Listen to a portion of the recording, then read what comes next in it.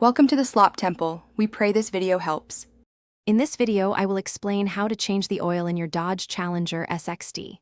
First, ensure your engine is slightly warm, not hot, for optimal oil flow. Gather your supplies: 6 quarts of 5W20 full synthetic oil, a new cartridge oil filter, a 13mm socket for the drain plug, and a 24mm socket for the filter cap. You'll also need a drain pan, a funnel, and a jack with stands for safety. Begin by safely lifting your Challenger and securing it on jack stands. Next, you'll need to remove the underbody service panel, which is typically held by 4 10mm bolts. Once the panel is off, locate the 13mm drain plug on the oil pan. Position your drain pan underneath, then carefully remove the plug to allow the old oil to flow out completely. Let it drain thoroughly. After the old oil has drained, reinstall the 13mm drain plug, ensuring it's tight but not over-tightened.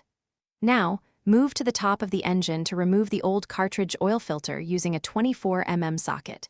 Install the new filter, lubricating its O-ring, and secure the cap. Finally, use a funnel to add about 5.5 quarts of fresh 5W20 full synthetic oil. Once the new oil is in, reinstall the underbody service panel and carefully lower your Challenger.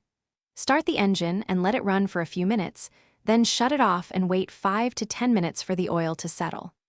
Check the oil level with the dipstick, adding small amounts if necessary until it reaches the full mark.